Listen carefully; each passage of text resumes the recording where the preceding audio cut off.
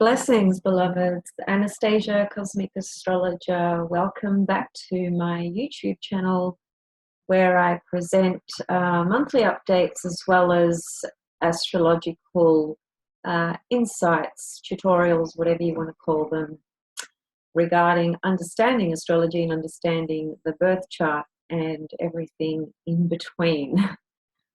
All right, so today's topic is a very, very, very important subject matter. And I'm going to spend a little bit of time trying to discuss it and share some reflections for you to consider. The topic, by the way, is the ascendant, the rising sign. And I'm not going to discuss the ascendant through the signs. That's not what this conversation is about, or this presentation. What I want to bring to people's attention or awareness, if they are not aware, is that there's a branch of astrology known as Esoteric Astrology, or soul-centered astrology is another name. There are many branches, to astrology, by the way, many. There's well, anyway, never mind. There are just many different branches, and I don't think we could say that any of them are wrong necessarily. I think it's more about finding what you feel connects with you and what you understand and what you can work with and what you see actually works, more importantly. So in soul-centered astrology, or esoteric astrology, which derives from the works of Alice Bailey, Alan Oken, and some others. But Alice Bailey and Alan Oken are two of the very well-known people who, astrologers, people who basically work with the platform of esoteric astrology, which is very different to the modern psychological, westernized, humanistic astrology. However, in my experience and in my opinion, we can utilize both approaches. So this is not to say that if you start working with soul-centered astrology that you disregard the modern Western psychological humanistic approach. You simply take both platforms and you delineate from both regarding the birth chart and the individual. And you can do that. Now, I want to explain a few things before I unpack a little further about soul-centered astrology. So in soul-centered astrology, the ascendant is viewed as the vehicle of the soul. So in Western astrology, the ascendant is viewed in a very different way.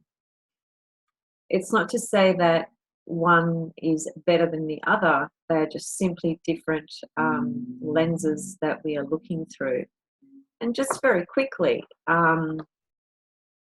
I'll just give you a rundown of traditional Western astrology and soul-centered astrology in terms of how the ascendant is viewed. So in traditional astrology, the ascendant, first house, is the physical body and its form, the physical appearance, activities of the personality, characteristics of the ego, brain and head, urge for personal space or dominance of the environment, the ego in action.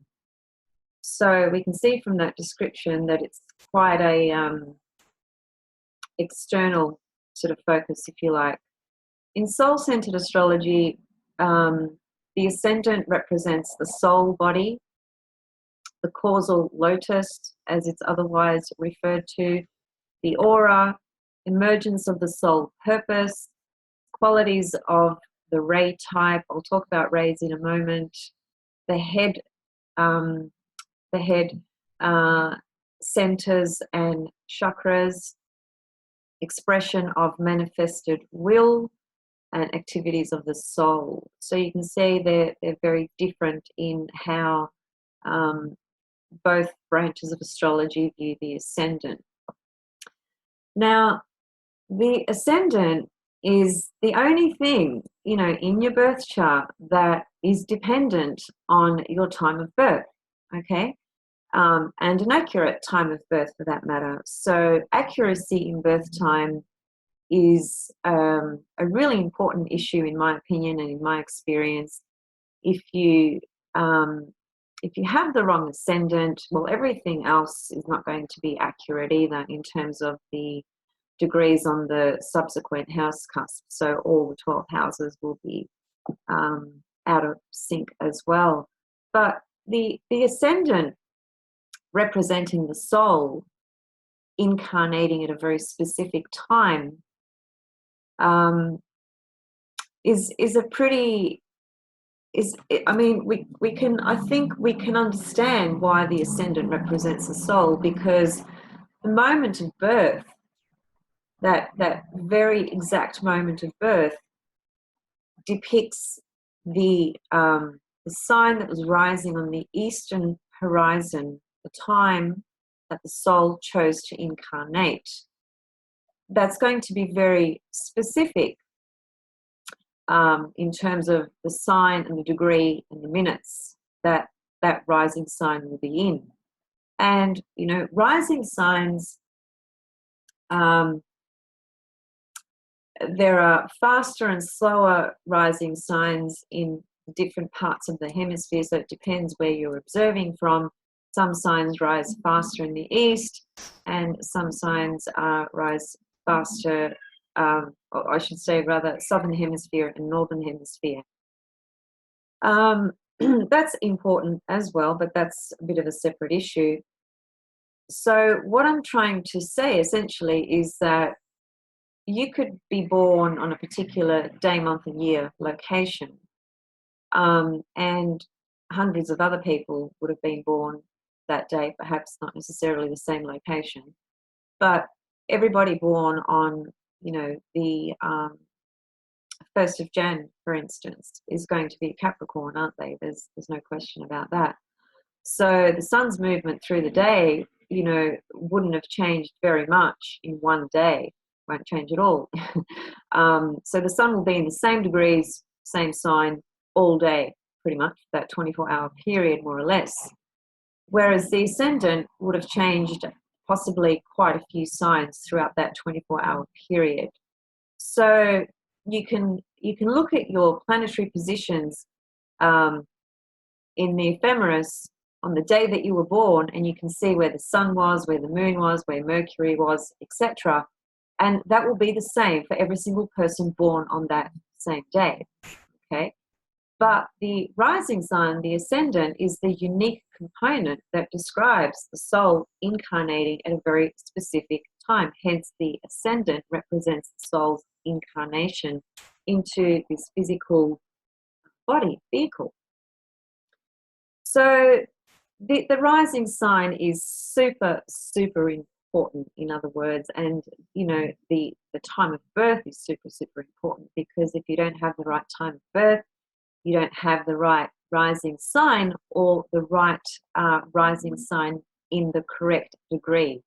Now, why is that important? It's important because when you are working with methods relating to forecasting and predictive work, you need to know, what degree your rising sign is in, because that movement of that ascendant, and then all the angles for that matter of the chart, describe very specific times in your life, for instance. So, for example, if you are having a Saturn return at the age of 29, you don't need a time of birth for that, do you? We all know that the Saturn return is a collective experience that everyone has at the age of 29. There's no two ways about it. That's just a fact. But if you were looking at personal things such as progressions, secondary progressions, which include the angles of the chart, because the whole chart is progressed, okay? Not just the planets. In order for the chart to be progressed, you have to have a right time of birth to begin with. So there's an example for you of how important time of birth is and how important, you know, the rising sign is, because that really shows the soul coming in, basically. So in esoteric astrology, there's great emphasis given on the ascendant sign because it represents the soul. And the view in esoteric astrology of this human existence is very different to Western psychological humanistic astrology. So primarily the differences are that in esoteric astrology, the understanding is that we are primarily emerging through the soul's desires and experience and evolution, very much like evolutionary astrology, which also takes the approach of the soul being the driver and the most important component of the chart, which is represented by Pluto. And I very much stand by that Pluto represents the soul. There's no question about that. It's, for me, I feel like it's Pluto represents the soul on its evolutionary journey, which is infinite. It has no beginning and no end. We just simply experience what appears to be a beginning and appears to be an end when we come in and then when we exit. So when we come in, there's an entrance, there's a beginning as it appears. And then when we leave this body, leave this life, there's an exit that takes place until we return again and enter another beginning point. So that is Pluto, that is soul journeying through these various incarnations. And the rising sign, you could say, is the soul, in the sense where it's going to describe very specific attributes and characteristics of the soul energy of the individual and what they are here to essentially evolve and develop and expand and be in touch with. Now, in the Western world, you could say, some of these statements are generalizations. I'm aware of that, and I just state that because I don't want people to think that I'm implying that this applies to every single human being on the planet, okay? Because it doesn't always. But generally speaking, in the Western part of the world, the majority of people are basically living their life through personality. The ego, which is our sun sign. So the Western world is driven by personality, which is driven through our sun sign. That's really what enables us to express our personality and live through all the experiences that we do and constantly projecting out there as a way of experiencing ourselves in the varying degrees, such as, you know, relationships we have, jobs we have, career paths we embark on, friendships we build, you know, family relationships, all that sort of stuff, which is life. So from the Western psychological level, you know, we pretty much live our life through the ego and the personality, you could say, for the first half of life. So the first half of life is dominated by the sun, is what I'm trying to say, and you could say the moon as well. And what happens in the first, you know, 40-something years of our life is we encounter very important passageways, transitions, transformations and opportunities for growth, essentially. But from a personality ego level, they are certainly experienced more from a space of tension, crisis and conflict, you could say, and frustrations. So what I would like to do is I want to show you an example of the very specific cycles that we go through as they are seen and experienced through the transiting planets throughout our life. So, for example, at 7 years of age, we experience our first Saturn square Saturn. So when we were born, wherever Saturn was located in our birth chart at 7 years of age, it's moved 90 degrees. And therefore, that 90 degrees distance is creating what's called a square. So it's our first encounter of a Saturn square Saturn aspect at the age of 7, which is pretty rough for the age of 7 to experience a Saturn square Saturn. But that's a collective experience. We all go through it. And the cycles I'm about to show you are all, they apply for every single human being on this planet. But in terms of how each person experiences these cycles, naturally it's going to be very unique and different for each of us, okay? Because these are collective transits, to put it very simply. So let me just share my screen for a moment and just show you this particular picture. This is very, very good for you to note down if you're not aware of all these planetary cycles that correlate to very specific ages. And I'm going through this mainly to point out what it is that seems to engage us from that external level, and you could almost say cause us to have certain experiences, particularly when we're living from the personality level. Let me be clear, I'm not making a judgment there's anything wrong with living from the personality level. In fact, we do need to do that to some degree whilst we are growing, and developing. But naturally, when we get to the second half of life, things change, and I'll unpack that in a moment. So if you just have a look at this graph here, this is not mine. Somebody else created this. I'm not sure who. I found it online some time ago, so I can't take credit for it. But the point is that it's accurate, and it's a very simple way of just visually seeing the really important life cycles that we go through that correlate with very specific planets, and therefore create very specific experiences for us. So the first one is actually 0, which is not here. It's birth. That's birth is a critical experience. Some people die during birth. It's so critical. Birth is the leaving the mother's womb, the safety, the warmth, that sense of oneness and unity, because that's what we're experiencing when we're in our mother's womb. And it's all Cancer. There's that protective mechanism. Mother is nurturing us through her own body. So once we come out and are born, that's the Aries experience. And Aries is very much about urgency. It's a sign that represents urgency. Something urgent can take place with the Aries archetypal energy.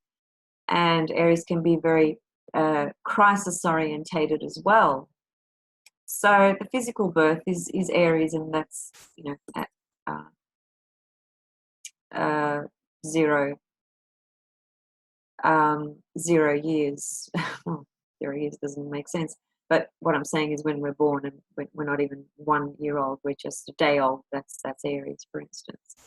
So for the first 7 years of life, we're just we're essentially discovering our little body, and that we are separate from our mother, from those around us. We're discovering our senses, we're discovering language, the fact that we can communicate, all those sorts of things are developing. And then when we hit 7 years old, so this column down here, both these columns represent ages, the various ages. And then this column on the left and the column on the right is just simply showing you which planets are doing what at very specific ages. So the first Saturn square Saturn is the first encounter of, you know, the realization of this physical dimension that we are existing in and through, and the fact that we physically, at least, are actually indeed separate from our mother and from everybody else around us. So there's that first sort of experience of separation, if you like, and that's classic Saturn symbolism. Saturn always brings up matters of separation. As we proceed to go forward, I'm not going to unpack every single one in terms of what possibilities of these cycles represent. It would just simply take too long, but I just wanted to offer this to you so that you can pause this video and copy this down yourself if you don't already have it. So age 7, Saturn square Saturn. Age 12, we have our first Jupiter return. Jupiter takes 12 years to do a complete lap, so therefore our first Jupiter return is at the age of 12. That's actually a nice period. It's not generally not a difficult period. But then when we hit 14 and we have Saturn opposite Saturn, you know, puberty, the whole teens, troubled teens experience emerges, you know, and we can see why, because we're experiencing a Saturn opposite Saturn. So when we were born, at the age of 14, Saturn has done a lap basically, you know, halfway around our birth chart. So it's opposing its natal position. Saturn opposite Saturn is not an easy experience, and especially when you're 14 and you're just starting to figure out who you are from a teenage kind of perspective. So your hormones are going, and, you know, all sorts of things are going, hence the troubled teens, you know, expression that we hear about teenagers. And those of you that have been teenagers, which I dare say is the majority who are watching this, we all know what it's like to be a teenager. And, you know, add into that dimensions where there may be troubles at school, or there may be difficult dynamics in the family home. So you can imagine why it is so difficult, you know, for teens when they're having this Saturn opposite Saturn experience. Then at the age of 21, we have another Saturn square Saturn. So that's quite a difficult time as well. All the Saturn cycles, which are seen through these aspects, so the square, the opposition at different ages, mark very significant changes and turning points within our life, within our psyche, within our psychological templates, and with our biological sort of clocks as well, because, you know, 14 is when puberty kicks in. You know, 21 is that experience of you've just literally become a full adult, as it were. You know, it's that age where there's a part of you that still wants to mess around and muck around and play and kind of be a kid and don't want to take things too seriously. But there's also this understanding that, well, actually, I do have to learn how to be responsible for myself. So it's that kind of awareness that kicks in. That's Saturn. Saturn is what brings us back down to earth. It's what grounds us. It's what gives us a reality check and so forth. And as we continue to go through this, you can see we have another Jupiter return at the age of 24, because we had one 12 years earlier, which was at the age of 12. Then we have a secondary progressed moon return, as it were. So our moon, through our birth chart, through the secondary progressed technique, takes approximately 26 to 26 and a half, 27 years to progress around your entire chart. It spends about 2.5 years, sometimes longer, in each part of your chart as it's progressing through the houses. And that is a very important technique to learn in astrology, and it's a very useful tool for understanding the whole lunation, feelings, moods, all those sorts of things as you're going through the different houses. So if you're progressed moon is in the 7th house, for example, then, you know, for a 2.5-year period, there's going to be a lot of focus and a lot of energy into the field of relationships for you. You may not be in one, but when the progressed moon goes in there, it wouldn't be unlikely that you get into a relationship during that time.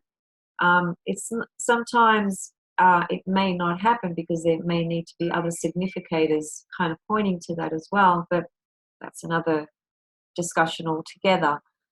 Then, as I mentioned at the beginning, you know, 29 years of age, we have our Saturn return. Then at 36 is a really interesting time because we're having another Jupiter return. We're also having a Saturn square Saturn. And if you look over on this column, where you can see the red shaped,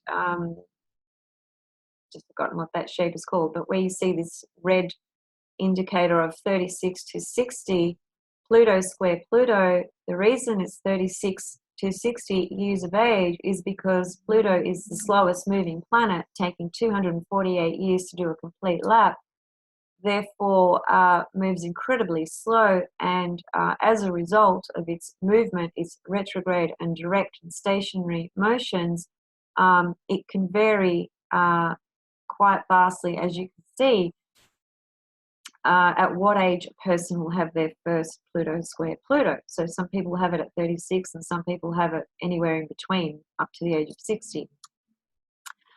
But if you're having it at the age of 36 and you're having a Saturn square Saturn at the same time, that's not an easy time. That's pretty challenging. So during this time up to this age, you know, we're still living through the personality and the ego, okay? And you can see through all these different patterns that are emerging, these transits, these conjunctions, squares, oppositions, bringing up different themes in our lives, which are creating, you know, the various circumstances and conflicts and tensions and separations and all these things that we face and experience. And then at the age of 40, we have Neptune square Neptune. That can be a pretty challenging aspect as well, a transit.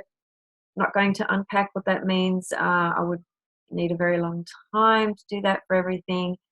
Now, at the age of 42, when we have our first Uranus, opposite Uranus experience, because Uranus takes 84 years to do a complete lap around the sun, so the opposition is experienced at midpoint of 84, which is the age of 42.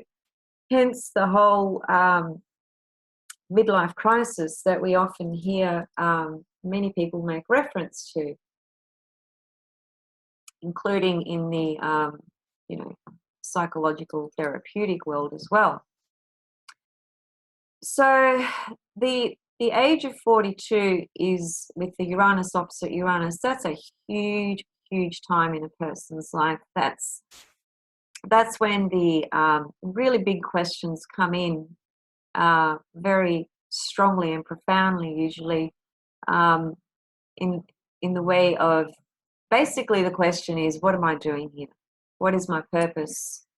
What am I supposed to be doing? You know, so you've spent the first 42 years of life receiving some kind of education through school, university.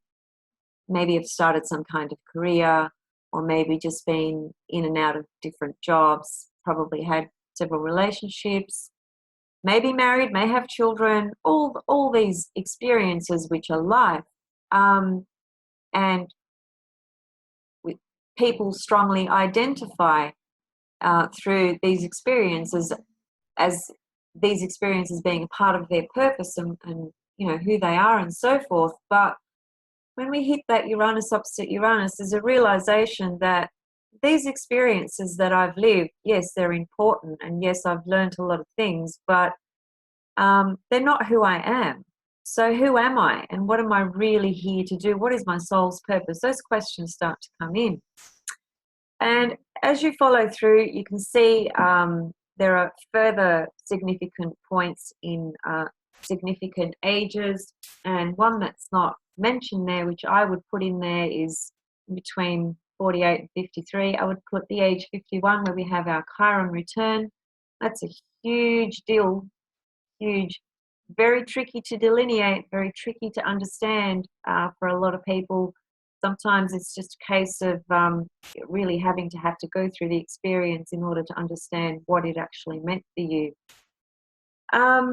Anyway, and this just continues to go on up until the age of 84. Naturally, there are people that live beyond that point, but this graph only takes us up to the age of 84. But what I really wanted to bring your attention to is what happens basically from the age of 7 right up until the age of 42, where 42 is a bit of a make or break kind of transitional sort of phase, you know. If somebody has lived their entire life through their personality, ego, sun sign, and hasn't done any inner reflective work, introspection, searching, connecting, understanding from the soul level, you know, from the divine sort of levels or experiences, you know, which is achieved through many different things, meditation practices, yoga, reading different material. You know, there's just, it's endless how one might experience that journey. It's very private and very personal. But if somebody hasn't embarked on any of those sorts of things, then when they hit that Uranus opposite Uranus, it usually hits people much stronger who are operating at that full ego personality level, because what happens is that there's this sudden experience of being daunted by the fact that this external world and these material possessions and material experiences are not enough. They're not enough to really make me feel that deeper sense of joy that I need. So I can continue to buy, you know, a better sports car, a bigger house, go on more holidays, and that will bring some kind of temporary happiness, as it always does, very fleeting, but then I'll be left with the same questions that remain unanswered if I haven't done any work on myself. So this can be very difficult for people who are operating from purely that personality, ego-based level, just to keep it very simple. All right, so if we keep all that in mind, then, you know, we can start to connect to this understanding that the soul is represented through the ascendant. So in the second part of life, starting from anywhere from 40 and onwards, you could say, and for some people it might start earlier, you know, there's no rules necessarily that it has to start at 40 or 42. For some people it does begin earlier. It just depends on the individual and their journey, as I mentioned earlier. But let's just say that, you know, generally speaking, for most people it starts in midlife.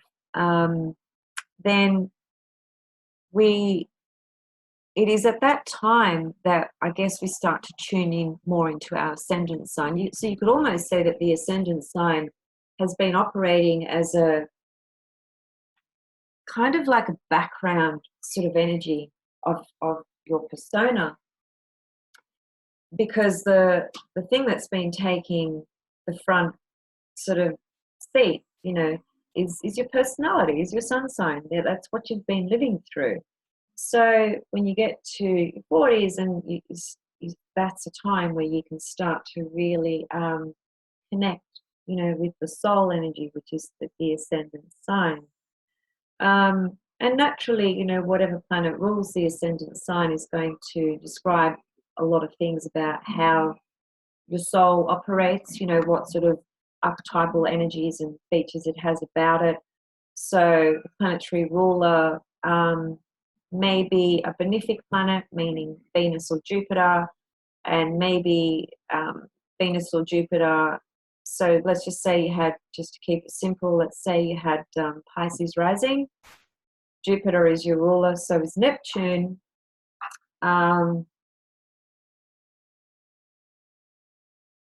Well, because Pisces has two rulers, I might step away from that example because that just gets a little bit too complicated. So let's just pick, let's pick Taurus rising. So Taurus is ruled by Venus. Venus is a benefic planet. if Venus is well placed in your birth chart, and meaning if it's in a good sign that it's comfortable in, there's no good or bad. Let me just retract the word good. If Venus is in a sign that it resonates with that energy and it does well in that particular energy, and Venus has good aspects by other planets, then there's a sense of your soul energy and aura and persona coming through your life in a much easier way.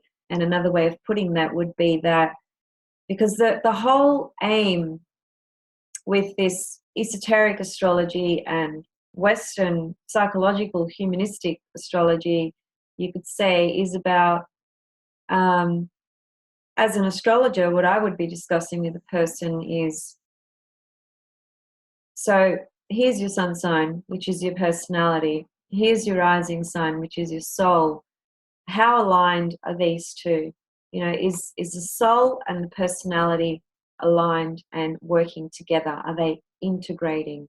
Or is the ego personality sun sign just working on its own accord, and the soul is somewhere over here and there's a disconnect in some kind of way?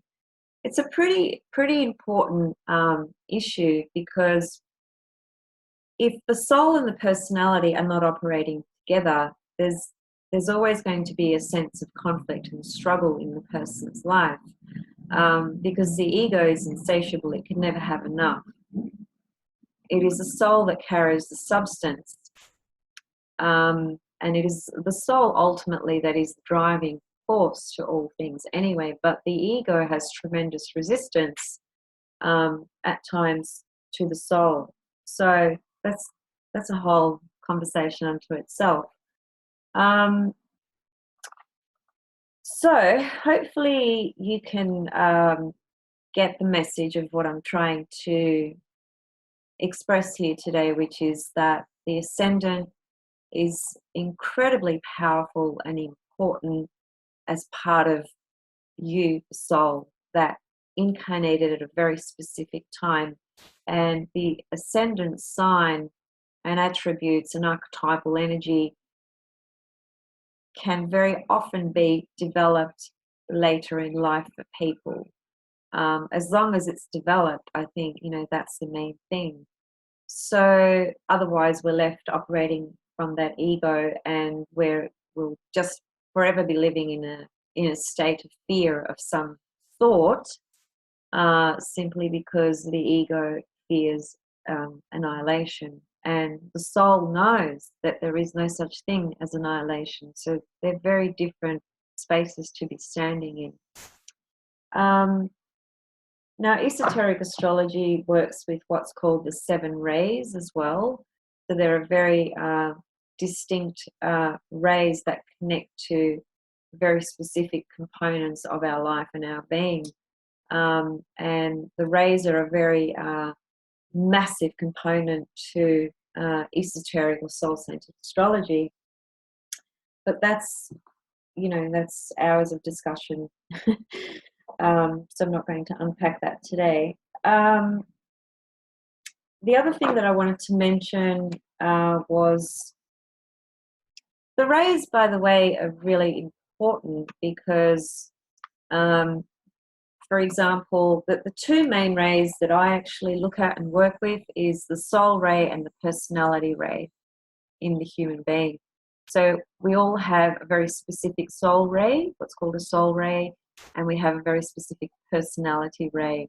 And knowing what those rays are in the personality and the soul can be very, very useful and quite telling in who this person is and why they're operating in the way that they are, so forth. Okay. Now, in Western psychological astrology, we know that, you know, there are 12 signs of the zodiac and there are 10 planets, all connecting to the different signs. So what I'm trying to say is that there's a different system of rulership in Western astrology, and there's a different system of rulership in esoteric astrology. In esoteric astrology, there are only 3 signs that maintain the same rulership, and that's the Sun, Leo, Capricorn, and Scorpio. So Leo, Capricorn, and Scorpio maintain the same rulership, and the rest of the zodiac has a different rulership associated with it, which adds a couple of things in there which the majority will not be familiar with if you haven't studied esoteric astrology. And it might be very difficult to grasp initially when you look at this, but esoteric astrology is a very specific branch. It's a very specialized branch. So if you were to look into this further, you'd need to study it quite a bit. And the book that I would recommend that is kind of like everything's compacted, because Alice Bailey has written volumes, on this subject.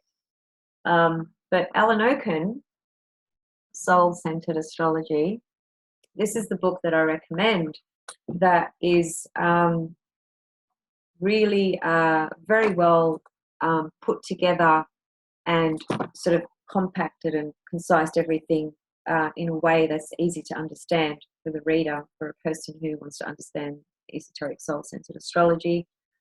So yeah, that's a book that I would recommend. And if you are working with soul-centered and exoteric astrology, which is the psychological Western humanistic, you wouldn't discard the rulership from Western or discard the rulership from esoteric. You would just find a way to work with both. At least that's what I do.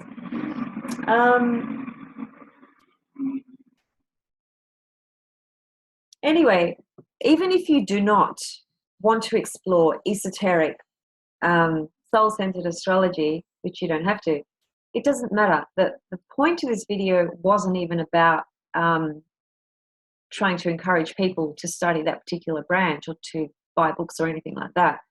But I did have to bring some of that in to help you guys understand where this idea and principle of the ascendant being the soul comes from. Okay?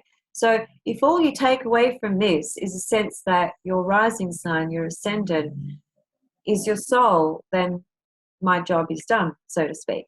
That's enough. That's really what I wanted you guys to understand. So I think I can leave it there for today, and hopefully that was useful for you to learn about or to rehear if you've already heard it before. The other main important point that I wanted to make with this video is just the importance of birth time. Okay, so if you don't have the right birth time, you don't have the right rising sign or the right degree, then you're not getting the accurate picture of the soul, as it were. Okay, so I rectify people's birth charts when they come to me for a reading. You don't have to have a reading, you can just have your chart rectified if that's what you wanted, just to make sure that you have the right time of birth.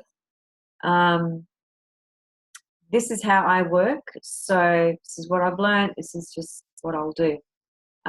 Many astrologers don't bother rectifying charts. I can understand why. It's quite a tedious process. It's a lot of work, and if people could see what I do before somebody comes to see me for a reading, they probably would be blown away. There's so many hours that goes into one reading for me, and I'm kind of trying to find ways to reduce that a bit, because it's just taking up a lot of my time, and I'm not able to do readings frequently as a result. Anyway, that's my issue. I'll work on that. Boundaries. I've got Venus in Pisces, and I'm a Jupiter soul ray. So Jupiter rules my soul ray, okay, which means I'm the sort of person that loves to give and connect people and share and all that sort of stuff, which is one of the main reasons I do these videos. It's basically because I want to share what I've learned, what I understand, and hopefully that gives something to you in some kind of way that helps you in your life, you know. So that's the primary purpose of doing these videos, and I just love talking about astrology. I could, you know, spend hours and hours and hours, and you know, I mean, I breathe astrology literally, because I'm thinking about astrological things before I go to sleep, and I'm thinking about astrological things when I wake up. It's pretty intense. So anyway, that's me. All right, thank you so much for watching, and hope you enjoyed this video, and see you soon with another topic. Thanks, guys. Namaste, blessings. Have a beautiful day. See you soon. Bye.